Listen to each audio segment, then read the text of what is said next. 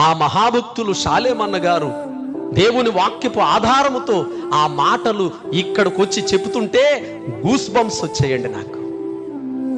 అప్పుడే నేను ఏదో ఒక పాయిజన్ తీసుకొని చనిపోదాము అనే ఆలోచనలో ఉంటూ కృంగిపోతున్న నన్ను షాలేమన్న గారు చెప్పిన మాటలు నన్ను పురుగొలిపాయి, నన్ను రేపాయి. అలాంటి మహాభక్తుల ద్వారా నన్ను ఓదార్చాడు నా దేవుడు. ఇంకెంతకన్నా ఒక భక్తుడుగా నాకు కావలసిన సంతోషం, ఆనందం ఇంకేముంటది చెప్పండి. ఆ మహాభక్తులు షాలేమన్న గారు దేవుని వాక్యపు ఆధారముతో ఆ మాటలు ఇక్కడికి వచ్చి చెబుతుంటే గూస్ బంప్స్ వచ్చేయండి నాకు.